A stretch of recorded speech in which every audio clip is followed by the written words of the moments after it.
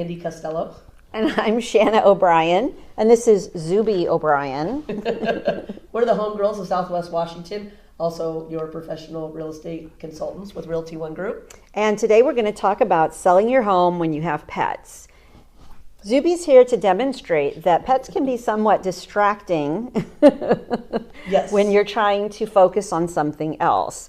So, Zuby, as much as you love Andy, I'm going to put you down now. She just wants to stare at you lovingly. So one of the things you need to think about when you're putting your house on the market is what you're going to do with your pets, whether you have cats or dogs or some other exotic animal. I mean, if you have a fish in a fish tank, you don't have to get the fish out of the house for showings. If you have a gerbil or a hamster, you don't have to remove them, but you really want to make sure that they're not stinky. Yes, yes. So today, just want to talk about making sure you have a plan. One of the challenges that we have as agents is when we're trying to schedule showings, sometimes our buyers aren't always, planning ahead. They're not, they might want to see something, this afternoon, and you're trying to make an appointment and the seller has pets and you're trying to figure out you're trying to work around your client's schedule and the sellers want to deal with their pets. And it can be somewhat discouraging when you're trying to show your house if you're just not flexible because you have to deal with your pets. So when I'm working with a buyer, if they decide they want to see a house, they kind of want to see it quickly. Right away. I mean, we do have to schedule time, but if there's just a constant, we can't get in, we can't get in, we can't get in, we're moving on to the next house. Yes. And for the seller, and as a pet owner, we have 3 dogs. If I had to have people coming to look at my house, I need to have a plan of where are those 3 dogs going while I'm at work, not here to just pop them in the car or take them for a walk. Right. So you really need to have that backup plan in place. I mean, ultimately, and as the pet lover and the dog lover, my dogs are my babies, the ultimate seller who's super motivated to get their house sold is going to have the dog go stay with grandma or board it. Yep. Yes. I know. It makes it easiest. And I'm a cat lover, and so even with a cat can be distracting. If you're worried about the cat getting out or the cat's meowing or people have allergies to cats and dogs. Or you just don't like cats. And you may think as a cat person, well, my cat doesn't run for the door. She's not afraid of strangers. So it's fine to show the house with the cat there. If I show up with clients who just, for whatever reason, hate cats, we're not getting a good look at that house. Right. So you just really want to have a plan for what you're going to do with your pets. And along with that is you also want to make sure you have a plan for the odor. A lot of pets, in particular dogs, do have no, odor. Not in particular dogs. Cat box smells worse than a dog. Depends on how often you clean your cat box. You want to make sure you have a plan, not just to cover up the smells, but to neutralize them. Yes, get rid of the smell, covering it up. I have a strong aversion to flowery, potpourri, air freshener smells. Like I can feel it. I'll smell it and I'll feel it in the back of my throat. Yes. And it can bring on a migraine even. So any of those kind of chemical fake smells, to me, it's immediate red flag. Even if I don't smell your stinky pet, I know you're hiding something. and so now I'm wondering what you're hiding, and I won't spend much time in the house because I can feel it tickle my throat and start to give me a headache. I do not recommend hiding the smells. You've got to get rid of the source of the smell. Yeah, and it can be a challenge whether you have a smell from cigarette smoking or from pets or from food. If you're cooking a type of food that's just constantly has a smell running through the house, like you said, without painting or changing out the flooring, it's really hard to get rid of those odors because otherwise you're just masking them. Anybody who's raised a teenage son knows that the smell of those feet is as bad as a cat box and a dog. It's just a fact of life. I mean, or if your kids are into sports, they come home after a game in the gross stuff that you throw in the laundry room. So you really want to just kind of give your house the sniff test with a new nose, not the things that you're kind of used to.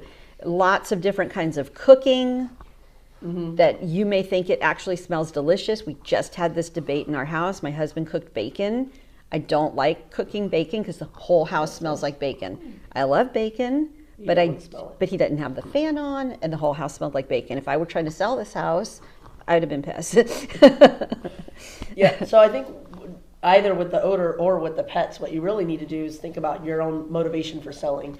If you're not motivated and you just want to put your house on the market to test the market and to figure out whether you can sell it for the price that you want, but you're not really motivated, but you've got to deal with those pets and you've got to deal with the odors. If you're just doing that, I would encourage you to really think about why you're looking to sell. And that maybe you're just not motivated enough, because it can be a hassle dealing with the pets and then the work you might have to do to remove the odors from your house. Right. And everything starts with a deep clean. Whether it's yourself with some elbow grease, or you decide, I'm going to splurge and bring in a crew for a one-time deep cleaning. And if you decide to do that, we can both give you recommendations for some great local people. And just get everything cleaned and then go back and do the sniff test again. And did that take care of it? Or is it now time to look at some paint? Is there stained carpeting that we know some of the odors coming from the carpeting? We talked about in a previous podcast about the power of paint and flooring to really make a fresh space that's going to sell faster and for a better return on investment. So this is the time to start looking at that. And that's last week's episode. So if you missed last week's episode, you might want to go back and listen to that. Yeah. But one of the things I read that was funny, it's like it might be time, if you're thinking about selling your house, to stop cooking tuna and onion sandwiches while smoking a cigar. Very true. Very true. So you do have those sacrifices to make. If you want to get the house sold, there are some things you're just going to have to sacrifice. Yes. Do you want to tell everybody about our free gift that we offer everybody? Yes. So we have a home maintenance guide, and we're about to share a home maintenance tip with you. If you text the word free to the number 77948, you'll be able to download the PDF, and it'll give you a maintenance tip per week for the entire year, so you can keep your house in top shape, whether you're looking to sell it or just to keep your biggest investment in its best condition. Yes, and that's texting the word free, F-R-E-E, to the numbers 77948. And this week we want to encourage you to clean out your gutters. If you've got trees in your backyard. Oh, it's that time of year. Yes. And maybe the wind has dumped some debris on your roof, and as it's rained, it's washed down into the gutters.